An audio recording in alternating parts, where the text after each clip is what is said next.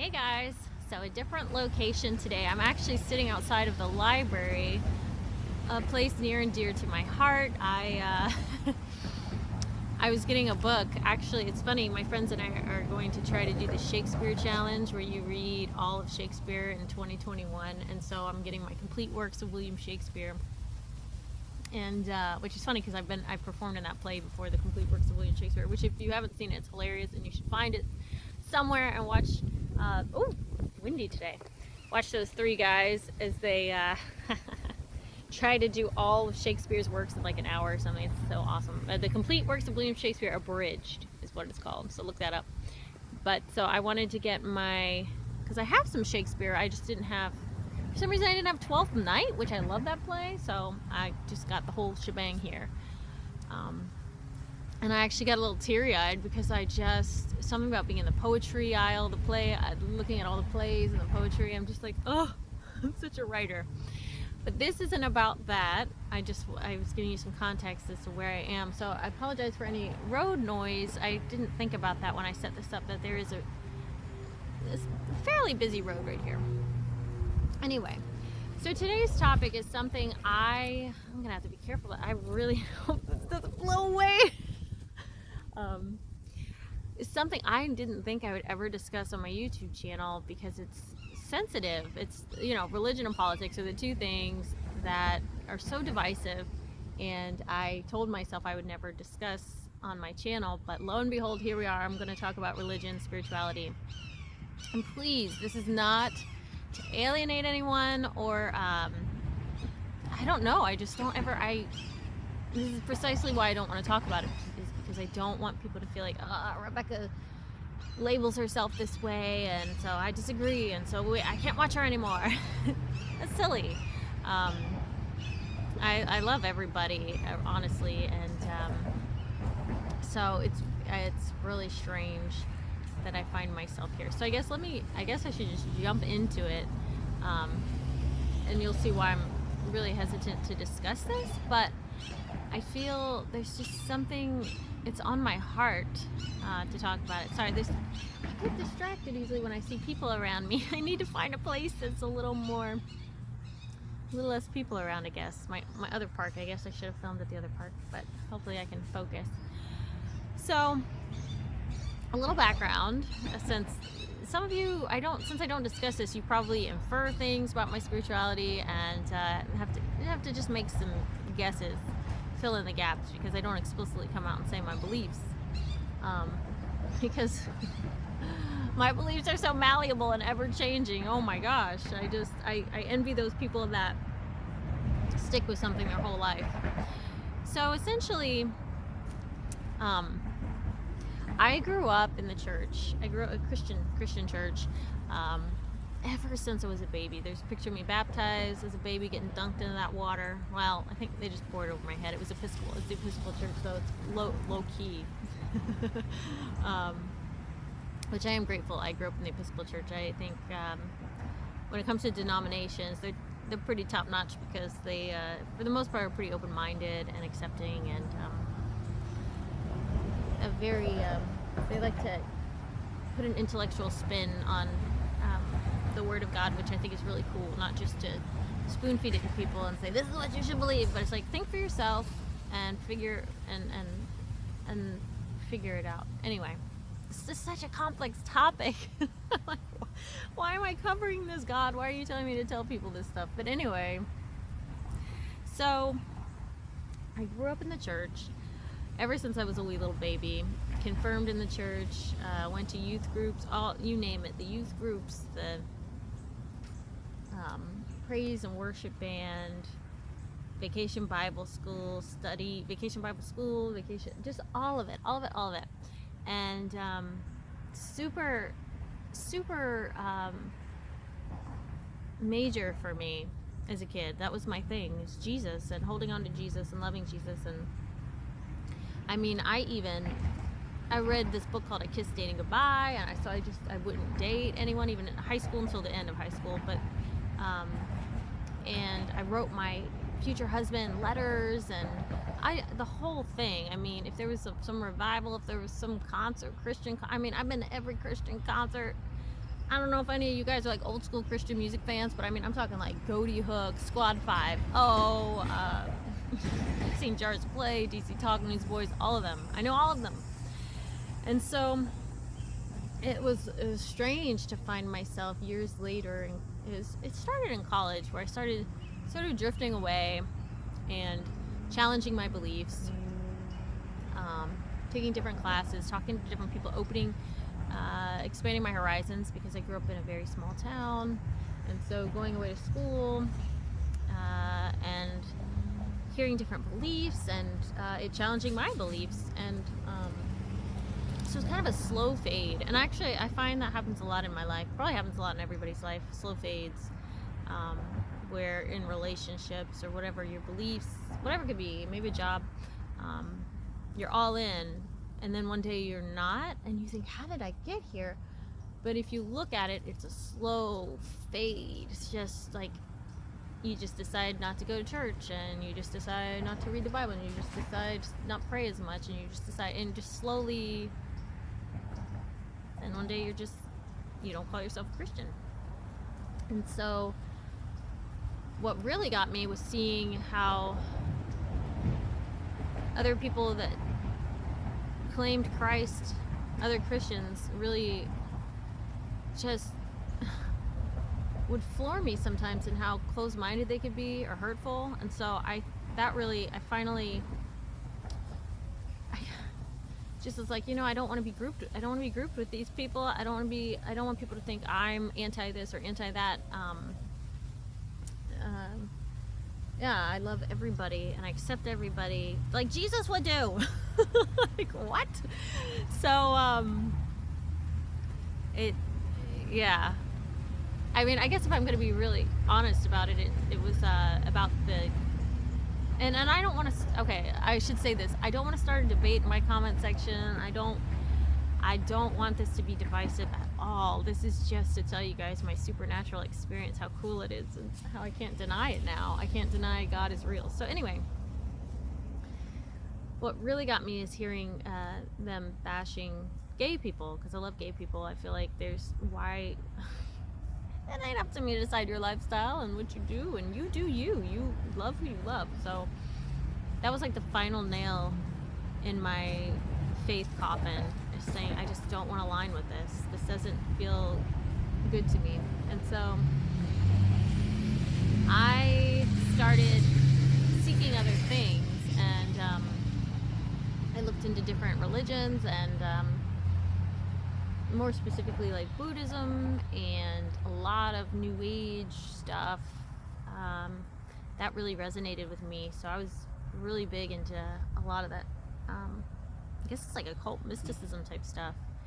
And so I did that for a while, where I've explored that. And I still, there's things New Agey, I guess, labeled type things I'm still really into. And I still really think there's some truth there too. Like the chakra system. Honestly, guys, I still feel things here where my third eye should be, and I still feel things where my heart chakra should be. Like, I feel I don't deny that. I don't deny the chakra system. There's certain things it's like, I'm just gonna be that weirdo Christian girl, I guess. But again, I don't like labels. So I explored different things, and I thought, you know what, I know too much now. I know too much now to go back to those. It felt very simplistic to me. It felt very like medieval to me. Christianity just felt so outdated. And so deep into a lot of that stuff, but still feeling lost, and just some really dark a dark season in my life, where a lot of loss, a lot of pain, a lot of hurt, a lot of things. I won't go into the details of all the stuff I went through, like back to back to back. But essentially, I found myself in such a dark place that I was just wanting to take my life, which is crazy. I know people probably see me and they think, you, Rebecca, really? I mean, because I'm so perky and I love to be happy and dance and sing and motivate people and inspire people. But yeah, that's why I do it. Because I know what it's like to be super depressed and super anxious, and to not want to be here anymore. Sometimes I'm just like, and I would even tell my mom when she was alive, I was like, I just don't want to exist. I just don't want to be alive anymore. I get emotional thinking about it, but to me, if I really think about life too long, I get so sad because it feels so unfair. It feels like we're dropped here. We don't know why we're dropped here, and we're expected to survive, and it just feels like, and a lot of times you can't do what you love to do to survive, so you're miserable, and there's always suffering, and there's the Buddhism part, right? Suffering is inherent to existence. I mean, he wasn't wrong. And there are things about Buddhism I love. I meditate every day, so, but meditation can be any spiritual practice, really. I fit into any spiritual practice. So there was one particular night where I was just like so over it. And I'm saying this to help maybe encourage somebody too. I apologize, I'm getting emotional. But I remember I was in my bathroom. I was crying out to God because I was like, my mom had passed recently, and I don't have a job and got divorced and went through an abusive relationship that was just really messed me up. And so I was crying out to God for a miracle. Here's the sirens. Like, emergency alert, alert. It's perfect. It's so apropos. It's like, God, I can't do this on my own. I can't do this anymore. I don't have the strength. I don't have the desire to keep breathing. I don't want to keep breathing. Like, please just take it out of the way. And not in that romantic sense either. And so I cried out for a miracle, and I said, I'm not, effing, I said the word, okay. And the weirdest thing happened. I got a message on my phone from a Facebook Messenger bubble popped up, and it was, this is so crazy, my ex-boyfriend from college, my first love, we broke up in 2006, and this is last year. So 14 years, am I doing my math right? 2020 minus 2006 is 14. 14 years we hadn't spoken at all. We kind of left things on not great terms, so I never thought I'd hear from him. I kind of ghosted him, honestly, which is terrible to say. I never wanted to be that person. I don't know why I did that. So stupid, because I loved him, And so his message, gosh, I should have written it down so I could tell you exactly what it said, but actually I wrote a blog post. There's a blog post if you go to my music blog, which is on my website under the writing tab. It's called Siren Song, and there's a link to it there. And look for the one that says like a supernatural testimony or something, or something about supernatural, and it's got the story there too, and it's got the actual text, what he said to me. But it was something along the lines of, I'm going against my better judgment sending this to you, but something told me to reach out to you and check on you and make sure you're okay. I was like, what? I felt like my mom passed away, went to the spiritual realm, was hearing me panicking, and was looking around like, what ex-boyfriend, what guy? And Rebecca's like, because I'm a sucker for love. I love men. I love love.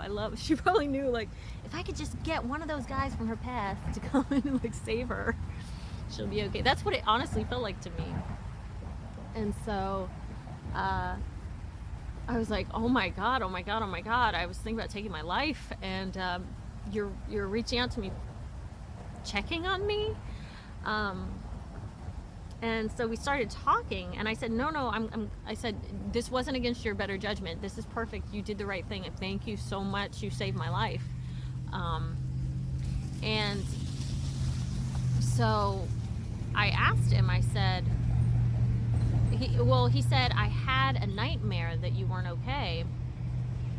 And I said, okay, so if you don't mind me asking, what happened in the nightmare? And apparently, and the craziest thing is, he had the nightmare like a few days prior, I want to say. But he didn't reach out to me until the day like I needed it, which is nuts. It's so weird. So weird. So if he had reached out after, like right after the nightmare, I probably would have said, no, I'm okay. Because I would have been kind of okay at the time. Not okay, but like he's not screaming and crying into the bathroom mirror. So he said, in my nightmare, we were at a concert, which is funny because that was like our first date, was going to a concert together. And he said, you were in front of me and I accidentally bumped into you and you turned around and you screamed, I'm not O-effing-K. What? Those were the exact words I screamed into the mirror, and it was in his nightmare. So there was just something about that moment. Something shifted in me, and I was like, holy crap, God is real. This spiritual realm is so real, and I can't deny it. Like, I cried out to God for a miracle. I cried out to God for someone to save me. I cried out to just take the pain away, and my exact words were the exact words that were in his nightmare to save me. And so, how do you explain that? How do you explain that? So that was my wow God moment. And so I started watching like these. It was weird. Again, I think my mom I swear it's her, because she's super religious, and it's like she passed away and it almost got transferred to me, because then all of a sudden on my YouTube, the algorithm just switched and I started getting preachers. I started watching sermons, and I found one that I really love called Real Talk Kim, and I can link her below. Actually, I have so many favorite preachers now that I can link to you guys, because they give such inspiring messages that even if you aren't a follower of Christ, it will feed you life. It will help you feel better, because they say that just the most encouraging things. It's beautiful. But her name is Real Talk Kim, and I started watching her, and she is so fun because she's this really outlandish, quirky. She dresses and wears all kind of mixed match patterns, and she's got really short, spiky hair. She doesn't look like what you would assume this female preacher would look like, and I love that. She's so outside of the box. It's beautiful. And so I was watching her, and I started really getting hooked on her messages. And then all of a sudden one day she goes, I'm going to be in Orlando, which is the area where I live, like this Saturday. And I thought, I could see her speak live. Like, what?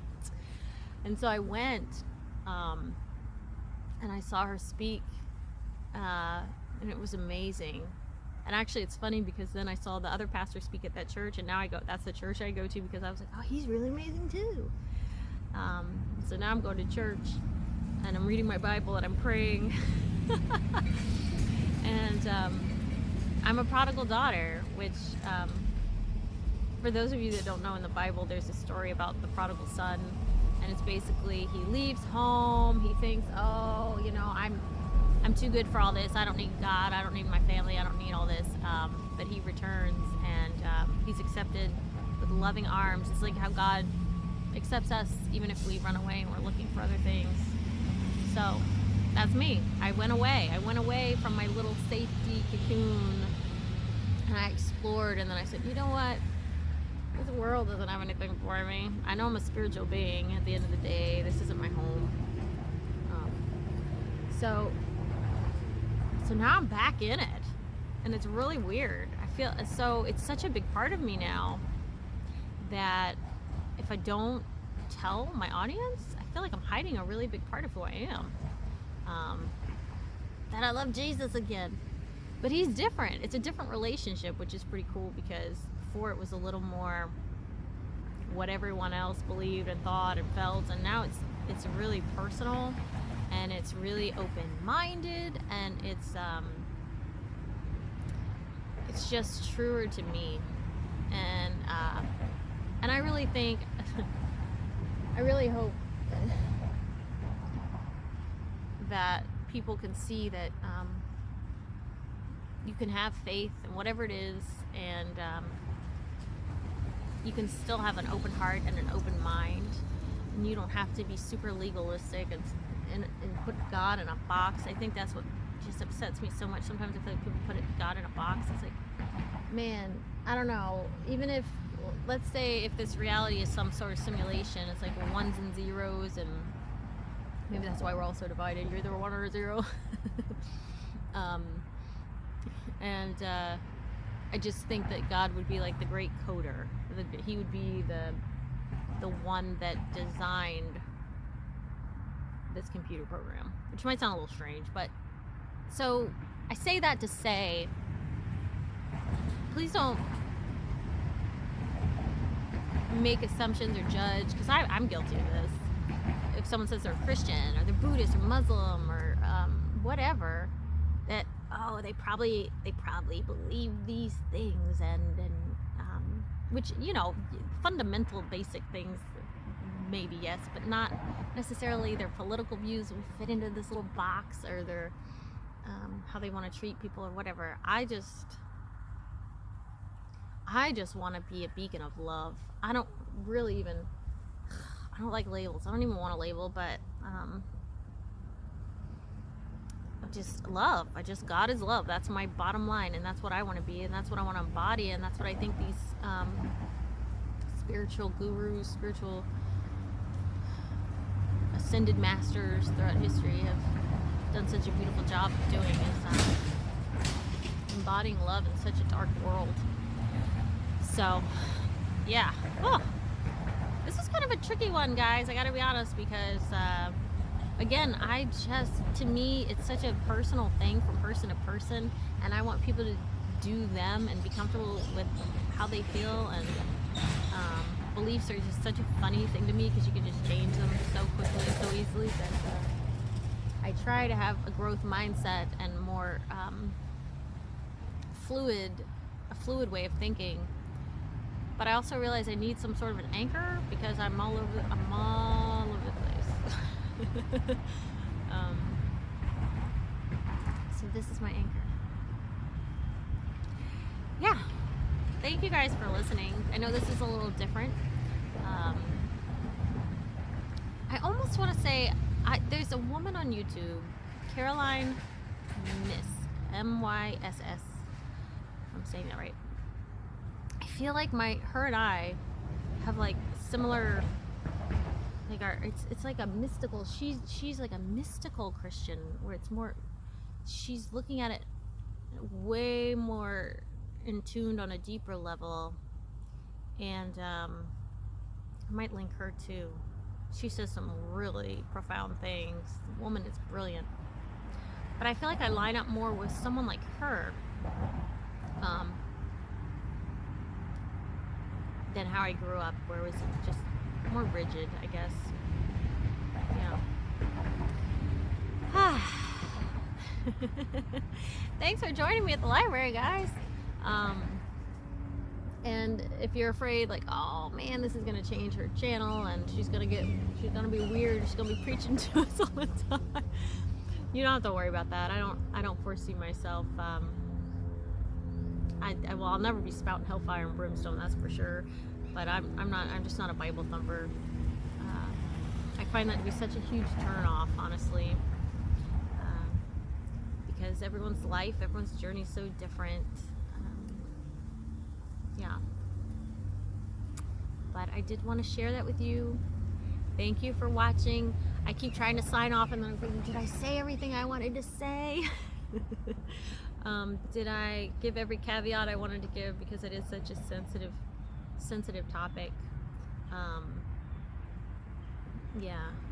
And for all my new agey friends, like, enjoy it, do you know what I mean? Like, I get it. Like I said,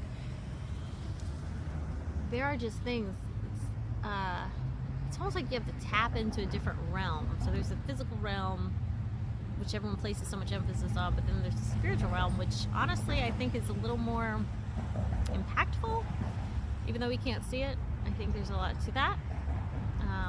But you guys know that. I had my video about your thoughts being powerful. It's so true. So yeah. I hope everyone's well. I send you so much love. If you have any questions, feel free to ask. Again, I'm not the foremost expert on these things. I'm just one woman trying to help Christianity's bad marketing image. Like they need some help. Like I just think I don't know. I used to say, it's funny because I even had this insight as a kid. I used to say, man, if Jesus were alive now, he wouldn't want to be in the church. He wouldn't want to call himself a Christian. But I think from what I'm seeing, there's a shift, and I think he would, the right one. I think he would, because I don't know, if you're one of these people like me that went to church as a kid and you haven't been in a while, maybe, I don't know, maybe see if there's one that's a little more modern and open-minded, or whatever it is that maybe drew you away from it. See if it's changed, because I was surprised to find that people are realizing it's kind of like evolve or die. You can't be a dinosaur in this information age. We all have too much knowledge at our fingertips. Can't stand the dark ages. Alright guys, well thank you so much. I think I'll leave it here, and I appreciate you watching, and I hope you're well, and until next time.